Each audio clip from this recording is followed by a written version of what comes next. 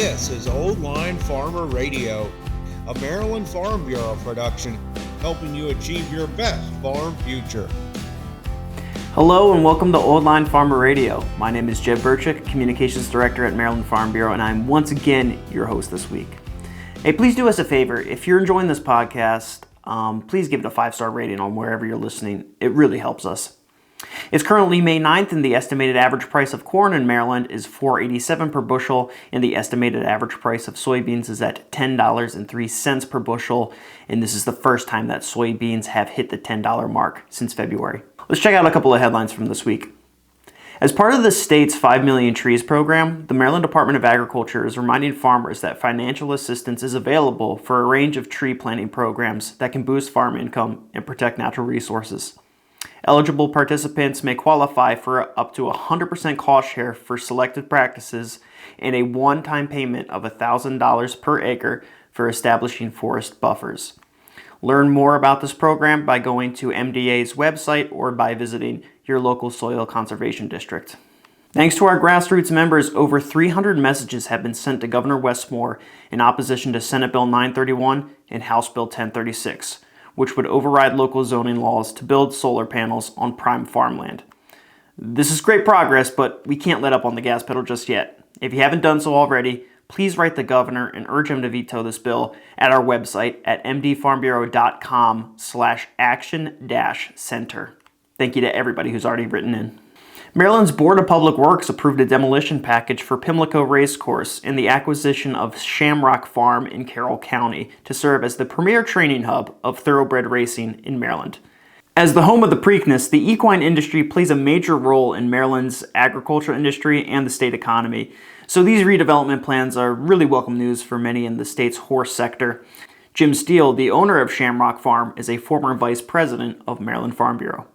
Jamie Raley is a farmer from St. Mary's County and the president of Maryland Farm Bureau, serving in that role since December 2023. Parker Welch sits down with President Raley to discuss his experience as president and what he's hearing from members on the ground. Welcome back to Old Line Farmer Radio. I'm Parker Welch, and I'm sitting down here with President Jamie Raley to ask him a few questions. So we'll jump right in and just tell us a little bit about your background in agriculture. Well, thank you, Parker. Thank you for having me on the show today. My background in agriculture is that I'm from St. Mary's County, about 10 miles away from where the colonists landed in the 1630s.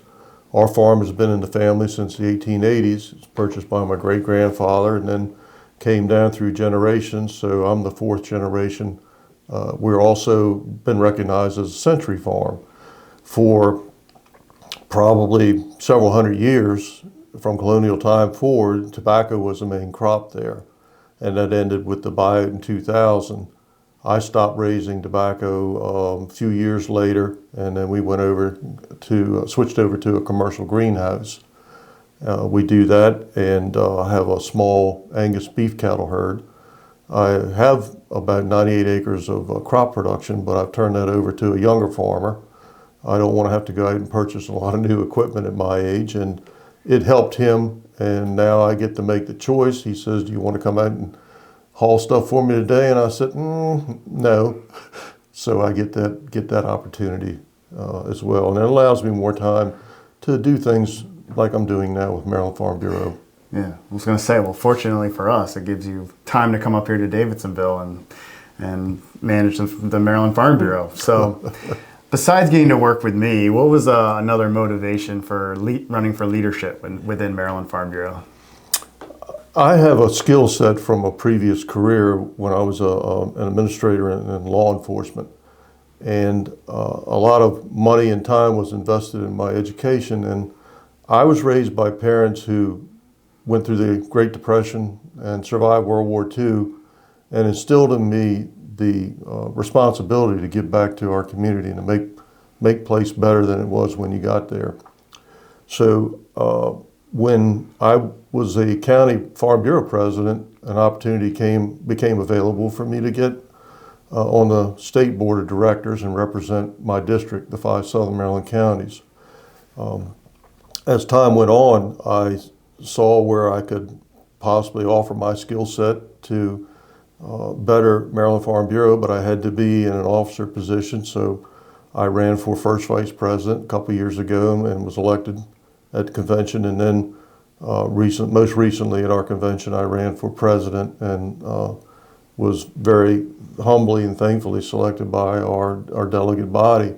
It's quite an honor. I never planned or envisioned that I would be doing this job, but I wouldn't have it any other way. It gives me a chance to give back and look out for my farmers around the state. Yeah, I know. You and I have kind of been progressing together here at Maryland Farm Bureau. I remember being regional field manager when you were county president, and then, I took over as executive director, then you became president. And so, I know you came in with an ambitious agenda. So how do you think we're doing, or how would you gauge the progress so far?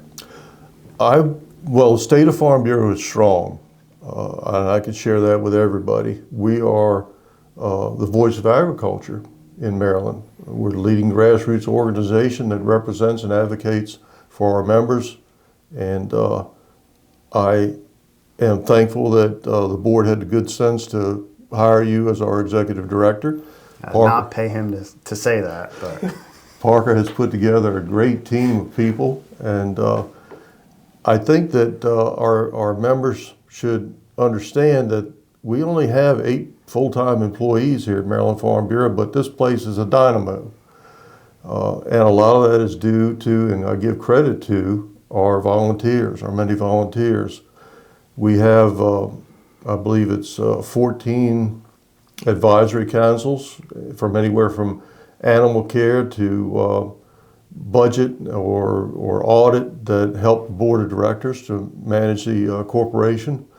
We're have about, I think it's 19 affiliate organizations that are like Delmarva Chicken Association or Horizon Farm Credit that also provide input to us. So they have offered the opportunities for me to advance a rather aggressive agenda because I am a hands-on manager. I figured that my main responsibility is to get the resources that my people need from not just here at Davidsonville, but all 23 counties to be able to do the job that our members ask us to do. I'm proud of some of the many things that we've accomplished. Like I said, we're financially sound. Last year, for the first time, we had a policy development summit where we brought in our affiliate members and had them all sit down, and we discussed what we thought would be beneficial, working together with that united voice and having Maryland Farm Bureau be the umbrella organization. And it's paid dividends to us going forward as we all work together, because when we speak with one voice, we're more successful.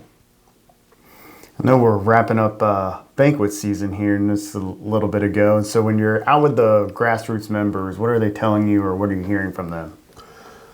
I hear concerns about some of the legislative initiatives, and we as a group and I individually, we speak to those when we talk to folks at the banquet, explaining what we've done.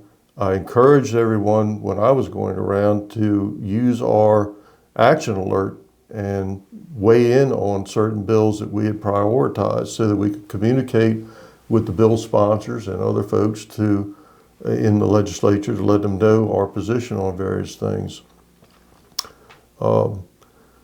We also do representation. You and I will soon be going up to Capitol Hill to meet with some of our federal legislators to advocate for the passage of the Farm Bill and some other matters that have been brought forward to me by our members during this banquet season. It's a great way for me to get around. The food's always great. We'll share that with you, of course, because it's farmers. But I appreciate Thompson Seafood. Yeah, Thompson Seafood from down home. I always like to go up to Carroll County, and here comes Thompson Seafood, and I say, "Hey, how you guys doing? I just saw you. I'll drive up the road from there down from where I live." But I take it to heart, and I also thank the people for the privilege of their time and allowing me to come there and speak to them. Because one of the other things that I share with them is our strong commitment to Nationwide and our partnership with Nationwide, not just as a benefit provider, but as a sponsor of almost 100 years, or a partner of almost 100 years with us. And I think that's something that hasn't been quite communicated as well in the past, and I'm trying to correct that now.